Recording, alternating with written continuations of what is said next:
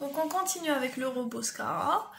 On veut calculer le modèle géométrique inverse à le robot Scara. Le robot Scara, c'est un robot à 4 degrés de liberté, où il y a trois articulations qui sont rotoïdes et une articulation qui est prismatique. Donc il y a 4 degrés de liberté, c'est moins de 6 degrés de liberté.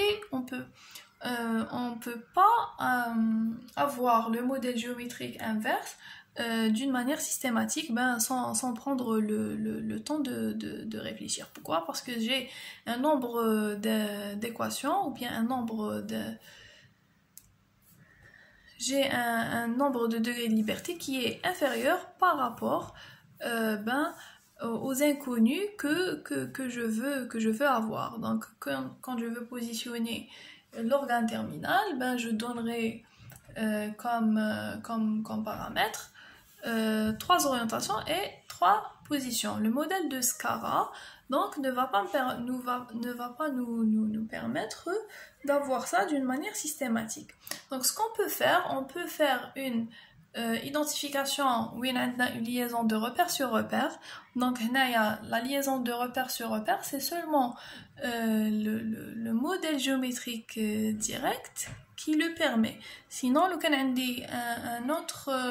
un autre robot, il a 4 articulations rotoïdes, forcément, j'aurais pas pu faire une liaison repère sur repère. C'est le modèle Scara, le modèle géométrique direct Tao, il permet de compenser la carence qu'on a en degré de liberté. Donc la première partie qu'on va voir, donc on va voir une liaison de repère sur repère. Là, il y a la matrice U0, en fait c'est le modèle géométrique direct. On peut le calculer dans le tableau. On va faire T01 fois T12 fois T23 fois T34. Les multiplications à deux vont nous donner le modèle géométrique direct, c'est le robot Scara. Le modèle géométrique, c'est le robot Scara. Donc on voit qu'on a des additions en θ1, θ2 et θ3. Donc elle est expliquée par le fait que les trois axes sont parallèles entre eux. Donc le fait que les axes soient parallèles entre eux, on va directement appliquer la formule que j'avais expliqué la dernière fois. On va directement appliquer la formule, ça va nous faciliter le calcul. Donc on va avoir le modèle géométrique direct. Donc on va analyser le modèle géométrique direct et on va voir que quand on va imposer une matrice U0, directement je pourrais avoir le paramètre R4. Le paramètre R4 serait égal au PZ que je vais imposer dans U0. Donc déjà on a le R4 qui est connu. Après le robot Scara, on a 3 articulations rotoïdes, et puisque l'axe d'articulation il est Z, donc ici on a des rotations par rapport à un axe Z, où on a l'addition entre les 3 θ. Donc c'est le modèle qui offre la possibilité de pouvoir compenser les degrés de liberté. Donc le fait d'avoir le modèle HK, je vais directement extraire le R4, c'est égal à PZ. Et donc par la suite, je vais pouvoir avoir le θ1 et le θ2 en ayant un système d'équations du type 8 entre 1,4 et 2,4. Première ligne, quatrième colonne, hada ou hada, ce que j'aurais imposé. Donc had zouj, c'est en fait une équation du type 8. On va descendre pour voir l'équation du type 8. Voilà. L'équation du type 8, on a x cosinus θi plus y cosinus θi plus θj égale à z1. Voilà.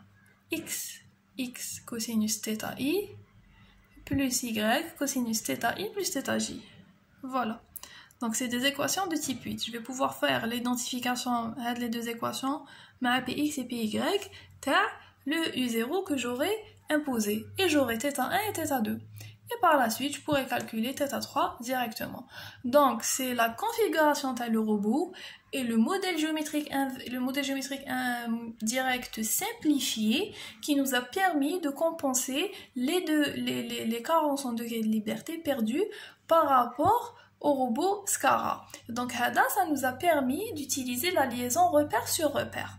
Donc étant sur un autre robot, ayant un autre modèle géométrique direct, j'aurais pas pu directement avoir ça. Ce qu'on pourrait utiliser, on peut utiliser une liaison de point droite sur point droite. Donc c'est parce que on est confronté à un robot SCARA où il y a le dernier degré de liberté qui est prismatique, on va pouvoir positionner notre organe terminal sur une droite qui représente l'axe de l'articulation prismatique, l'axe désiré, et ensuite on va se positionner sur un point. Donc si on revient vers la vidéo pour voir, à chaque fois on est ben.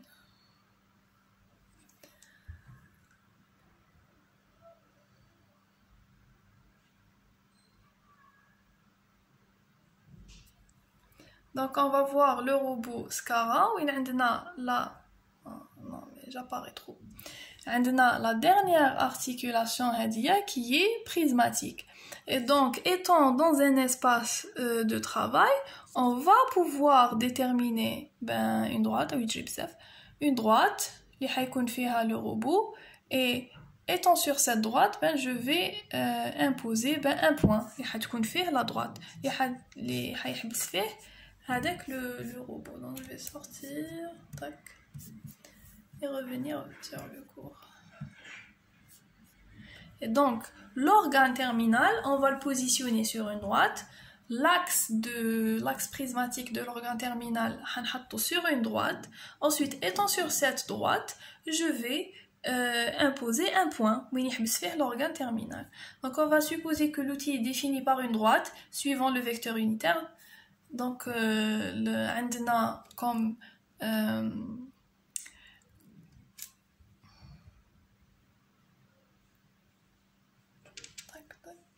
Voilà. Donc, qu'est-ce qu'on aura comme inconnu ou là comme connu? On a l'axe de la dernière articulation. L'axe de la dernière articulation qui est prismatique. Il est défini par A. Voilà, parce que les cosinus directeurs, on a S, N, A. Le S pour X, N pour Y et A pour Z. Donc, on a l'axe de la dernière articulation qui est défini par WX. Il y a le vecteur unitaire تاعو WX, WY, WZ. On a une position. Donc on suppose que l'outil est défini par une droite suivant le vecteur unitaire AE et passant par un point OE. C'est-à-dire que les éléments 2A, 4E et 1E, ils sont connus. Donc la tâche consiste à confondre hadouma qui sont connus avec une droite et un point désiré.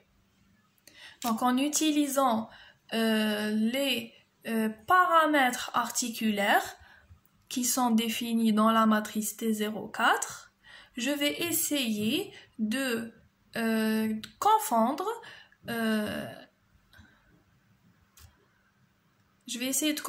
l'axe Z et le point P sur un axe Z et un point P désiré. Et donc, نقصنا les degrés de liberté اللي كنا خاسرينهم. Donc, هنايا, on va faire une identification تاع هاد le vecteur مع هاد le vecteur ou هاد le vecteur. Enfin, تاع هاد le vecteur مع ce qu'on va avoir comme multiplication ou هاد le vecteur مع ce qu'on va avoir comme multiplication. Donc, on va faire la multiplication de T04 fois la matrice. Donc, on s'en fiche de les deux colonnes, mais les deux dernières colonnes. Donc, c'est les deux dernières colonnes que je vais multiplier par T04. Je vais avoir une autre matrice, faire 8 moins, et deux dernières colonnes. La dernière colonne est et l'avant-dernière colonne est. Et on va faire une identification avec le A et le P qui sont désirés. Et on va retomber toujours vers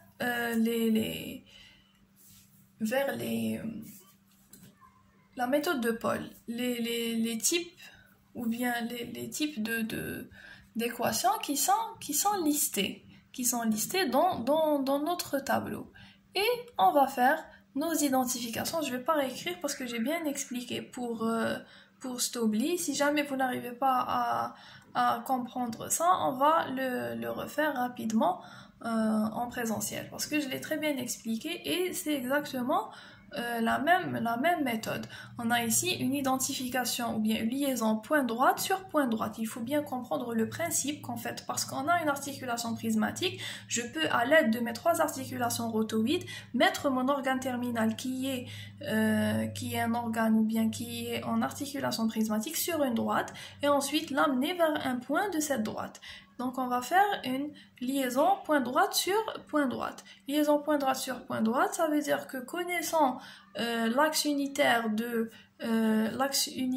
le vecteur unitaire de mon articulation prismatique et le repère dans le modèle géométrique direct, je vais pouvoir l'utiliser pour l'amener vers une position et vers une droite et un point désiré.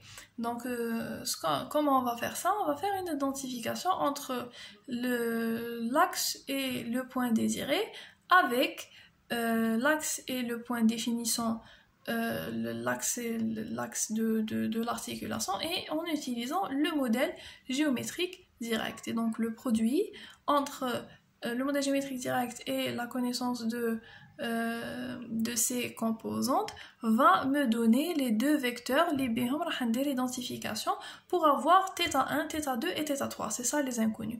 C'est θ1, θ2 et θ3.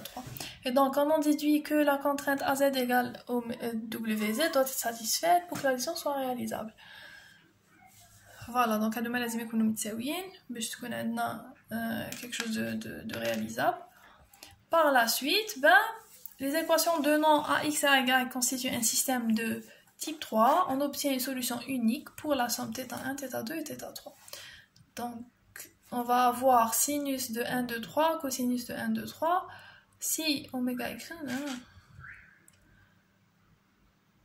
Donc après, à partir des équations Px, on obtient θ1 et θ2 en résolvant un système de type 8. Enfin, à partir du troisième élément de l'équation de position, on identifie la solution RZ. Donc en résumé, la tâche d'un robot SCARA peut être décrite de deux façons. La tâche d'un robot SCARA, elle va être décrite de deux façons. Amener le repère outil sur le repère environnement spécifié à condition que la troisième matrice soit 0, 0, 1. Ça veut dire qu'on a l'axe Z qui est vertical, on a le robot SCARA, on a trois articulations prismatiques. C'est en fait la configuration du robot qui nous a permis d'utiliser d'amener ou là d'avoir une identification de type repère. Une autre méthode, ça serait d'amener une droite et un point du repère outil sur une droite et un point de l'environnement à condition que AZ égale à oméga Z. Le point particulier évident est d'orienter et de positionner un axe horizontal quelconque du repère terminal dans un repère horizontal AZ WZ. Donc on peut reparler un peu de tout ça une fois que vous avez bien digéré le cours. Donc il faut bien refaire faut prendre une feuille et un stylo, refaire un peu les calculs, bien comprendre ce qu'on a fait, parce que on s'arrête ici pour ce cours. C'est ce qui est programmé. Donc c'est ça, c'est le modèle géométrique inverse. Le modèle géométrique inverse, c'est le modèle qui nous permet de passer de l'espace cartésien vers l'espace articulaire, donc ayant une position et une orientation imposées, quels sont les paramètres articulaires qui vont me permettre d'atteindre ça. Ce qu'on a utilisé comme méthode pour calculer le modèle géométrique inverse, on a utilisé, ou là on a appris la méthode de Paul. Donc la méthode de Paul, elle va s'appliquer au robot à 6 degrés de liberté, au robot à plus de 6 degrés de liberté, au robot à moins de 6 degrés de liberté. Donc pour les robots à 6 degrés de liberté, on a vu le cas du robot Stobli, où on va pouvoir à chaque étape isoler un paramètre articulaire et l'identifier à l'aide du tableau qui va regrouper des équations types qu'on va à chaque fois retrouver quand on fait nos identifications. Quand on est confronté à un robot avec plus de 6 degrés de liberté, on a deux cas de figure. Soit on va mettre des conditions sur des contraintes sur les degrés, ou bien sûr, oui, sur les degrés qui sont en plus, pour rajouter des équations qui vont nous permettre de les identifier. Soit on va fixer les articulations qui vont ensuite, et on va donc se ramener vers un robot à 6 degrés de liberté, et on va directement résoudre sans problème. Et aussi en dernier lieu, pour les robots à moins de 6 degrés de liberté, donc il est rarement possible de faire une identification sur repère. Pourquoi? Parce qu'on a un nombre d'inconnus qui est plus que ce que peut offrir le robot.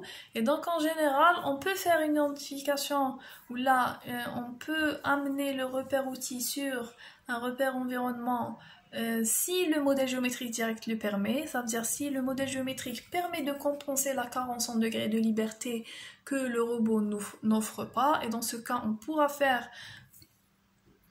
une identification repère sur repère. Sinon, on va faire une identification, ici on a vu pour le robot Scara comment faire une identification point droite sur point droite. Ça veut dire qu'on va ramener l'organe terminal sur une droite désirée, et par la suite on va le ramener sur un point de cette droite désirée. Et on a certaines contraintes à prendre en compte. Donc je vous laisse avec ce cours, je vais vous l'envoyer. Par la suite je vais vous envoyer le TD. À la rentrée, Inch'Allah, on va faire le TD pour le modèle géométrique direct, le TP ROS, et ensuite on va revenir sur ce cours, un petit résumé pour pouvoir faire le TD. Donc je vous envoie le cours et le TD. J'espère que c'était clair. Je vous dis bonne fin de journée, et sahaftorkom et sahaïtkom aussi.